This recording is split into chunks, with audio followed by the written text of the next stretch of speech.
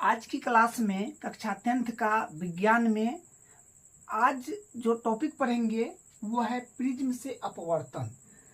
तो प्रिज्म से अपवर्तन देखेंगे और फिर देखेंगे प्रिज्म से वर्ण विक्षेपण, मतलब प्रिज्म से श्वेत प्रकाश को भेजेंगे तो वो 7 रंगों में विभक्त हो जाता है, वो देखेंगे।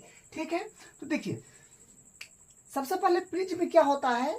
प्रिज्म आपको लास्ट क्लास तक बताए थे कि एक त्रिभुजाकार, मतलब देखने में लगता है त्रिभुजाकार, जो आपको आगे से त्रिभुजाकार दिखने में लगेगा और पीछे से त्रिभुजाकार दिखने में लगेगा, और ये पास से इस तरफ से और इस तरफ से आयताकार ये दिखता है। ठीक है, ये अगर प्रिज्म आप देखना चाहेंगे तो ये स्टेशनरी की दुकान पर ये मिल जाता है। ठीक है, तो ये जो है कांच का होता है। तो प्रिज्म क्या होता है कि आगे से और पीछे से त्रिभुजाकार दिखेगा, और ये इस तरफ से पास से और ये पास से आयताकार होता है। ठीक है, तो देखिए प्रिज्म का डिफिनीशन क्या है।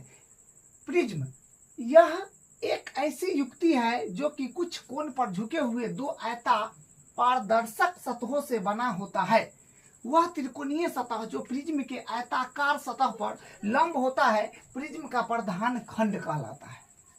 तो ये जो है ये प्रिज्म का डिफिनीशन है। ठीक है, देखिए अभी हम लोग देखेंगे प्रिज्म से होकर आरेख खींचेंगे। तो आरेख खींचेंगे तो देखिए ये एक प्रैक्टिकली की तरह है, तो इसका प्रैक्टिकली करेंगे। देखिए तो इसका प्रैक्टिकली अगर करना चाहे तो कैसे करेंगे। एक उजला पेज लीजिएगा और पेज लेने के बाद एक खोम लीजिएगा, यानी गत्ता जिसको थर्मोकोल बोलते हैं, उस पर उसको चिपका दीजिएगा। ये पिन लगा करके उसको चिपका देना है, और वहां से क्या करना है, ये इस तरह का जो है ये प्रिज्म वहां पर ये रख देना है, और क्या करना है वहां से ये इस तरह का लाइन बना लेना है, और यहाँ से एक जो है रेखा खींचना है, यहाँ से ये किरण खींचना है। ठीक है, तो ये किरण यहाँ से खींचेंगे तो यहाँ तक आया, और यहाँ पर फिर एक अभिलंब बना देंगे, और ये तो हवा है, वायु है जो विरल माध्यम है, और यहाँ पर 2 पिन को गाड़ देंगे। ठीक है, 2 पिन यहाँ पर लगा देंगे। तो क्या करेंगे फिर इस तरफ से, जो इस तरफ से यूं देखेंगे एक सीध में, ये दोनों पिन एकदम सीध में यहाँ पर जहां दिखाई देगा वहां से हम ये लाइन खींच लेंगे। ठीक है, ये इस तरह से, तो वो ये वाला पिन और ये वाला पिन जो है दोनों एक सीध में दिखाई पड़ता है। तो देखिए बात क्या है कि ये जो है पी क्यू, ये हो गया जो है आने वाला किरण जिसको अपतित किरण बोलेंगे, और यहाँ से ये तो अभिलंब है, क्योंकि प्रकाश किरण एक माध्यम से दूसरे माध्यम में जाता है तो वो क्या होता है कि वो अपवर्तन होता है। तो अपवर्तन होता है तो यहाँ से ये किरण यहाँ आया और यहाँ से ये यहाँ आ गया। तो देखिए ये विरल माध्यम है और ये जो है कांची सघन माध्यम है, तो ये अभिलंब है। तो ये अभिलंब से जो है ये अभिलंब की पास आ जाएगा। ठीक है, जब प्रकाश की किरण विरल माध्यम से सघन माध्यम में जाता है तो अभिलंब की तरफ मुड़ता है।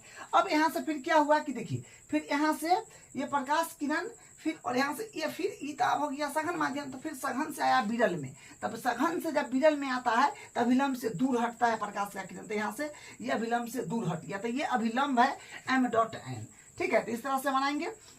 और यहाँ पर जो है ये किरण जो आने वाला किरण है अपतित किरण, और ये अभिलंब के साथ जो कोण आई बनाया है, तो यहाँ पर सबका नाम भी जो है ये यहाँ पर लिखा गया है कि पी क्यू जो है ये आपका अपतित किरण है, और कोण आई जो है ये अपतन कोण है, और क्यू आर जो है ये क्यू आर है, क्योंकि इधर अपवर्तन हो गया, तो अपवर्तन हो गया तो ये हो गया क्यू आर अपवर्तित किरण, और कोण आर यहाँ पर जो है ये इसके साथ ये अपवर्तित किरण, और ये यहाँ पर अभिलंब के साथ जो कोण बना है ये हो गया अपतन कोण, और ये यहाँ पर अभिलंब है mn अभिलंब है। ठीक है, mn अभिलंब है, और इधर है m.n अभिलंब है इधर, तो m.n अभिलंब है, और यहाँ पर rs जो है rs, ये rs है निर्गत किरण।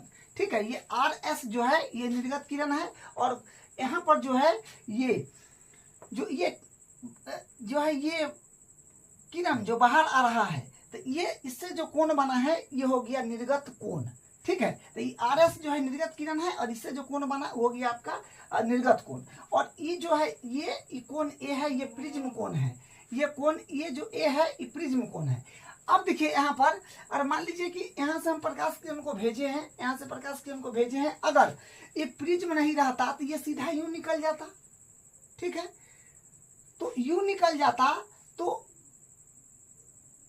ये तो सीधा चल जाता, लेकिन यहाँ पर क्या है, यहाँ तो प्रिज्म है, तो ये जो है अगर प्रिज्म नहीं रहता तो ये यूं निकलता, तो यूं निकलता तो अभी जो यहाँ मुड़ गया है तो ये यहाँ से कितना ये जो है मुड़ा, यहाँ से जो है ये अगर प्रिज्म नहीं रहता तो प्रकाश किरण सीधे निकल जाता, लेकिन यहाँ तो प्रिज्म है, तो प्रिज्म के कारण ये यूं मुड़ गया, तो इतना ये सीधे चला जाता, लेकिन इतना मुड़ गया, तो कितना मुड़ा मतलब विचलित हो गया।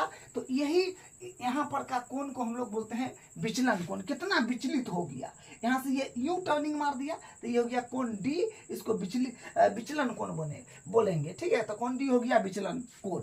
तो इस तरह से डायग्राम बनाना है और सब जो किरण है उस सब का नाम इस तरह से लिख देना है। अब देखिए अगला क्या है, प्रिज्म से वर्ण विक्षेपण।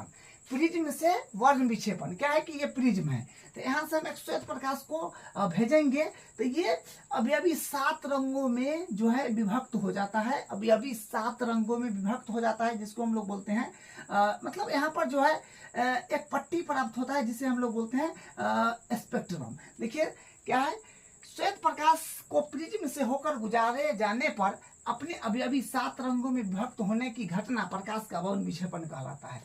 क्या है कि हम प्रिज्म से श्वेत प्रकाश को गुजारते हैं तो क्या होता है कि ये श्वेत प्रकाश जब प्रिज्म से होकर गुजरता है तो ये अभी 7 रंगों में जो है 7 रंगों में विभाजित हो जाता है, जो ये है ROYGBIV, ठीक है। तो ये कि अपने अभी 7 रंगों में विभक्त होने की घटना प्रकाश का वर्ण विक्षेपण कहलाता है। तो प्रकाश का वर्ण विक्षेपण क्या है कि जब श्वेत प्रकाश को प्रिज्म से होकर गुजारते हैं तो अभी 7 रंगों में विभक्त हो जाता है, उसी को हम लोग बोलते हैं वर्ण विक्षेपण, ठीक है। तो यहाँ पर देखिए पहले है आर, मतलब जो है आर मतलब हो गया अपना रेड, जो सब लिखा हुआ है रेड, और ये हो गया ओ मतलब ऑरेंज जो हो गया नारंगी, और उसके बाद वाई मतलब हो गया येलो जो पीला हो गया, और उसके बाद जी मतलब हो गया ग्रीन जो हरा हो गया, और बी मतलब ब्लू जो कि नीला हो गया, और आई मतलब हो गया जामुनी जो इंडिगो हो गया, और भी मतलब हो गया वायलेट जो बैगनी हो गया। तो इस तरह से ये सीरीज में इसको ध्यान रखना पड़ता है, तो ध्यान रखेंगे।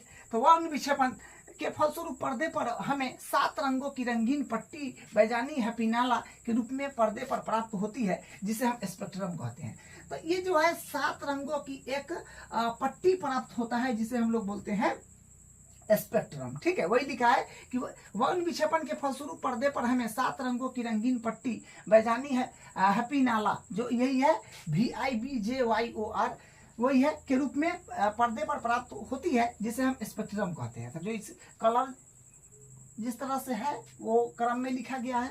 उसके बाद देखिए, और यहाँ पर 7 रंग जो है सबका जो है जितना टर्निंग जो मतलब जो किरण है 7 रंग है, कौन कितना ज्यादा टर्न मारा है, कौन कितना ज्यादा टर्न मारा है, कौन जल्दी मुड़ गया है, कौन किरण कम मुड़ा है, कौन ज्यादा मुड़ा है, वही है। तो देखिए ये लाल जो है ये सबसे कम मुड़ा है, ठीक है, क्योंकि ऊपर में है।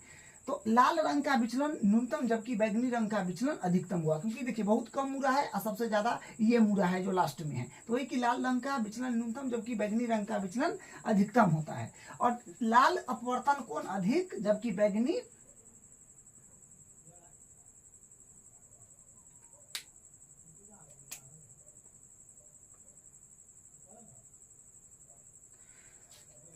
जबकि बैगनी का न्यूनतम होता है। तो देखिए लाल अपवर्तन कोण अधिकतम जबकि बैगनी का न्यूनतम होता है। तो ये जो है इसको आपको ध्यान रखना है। अब हम अगले क्लास में इसका अगला जो टॉपिक होगा उसको करेंगे।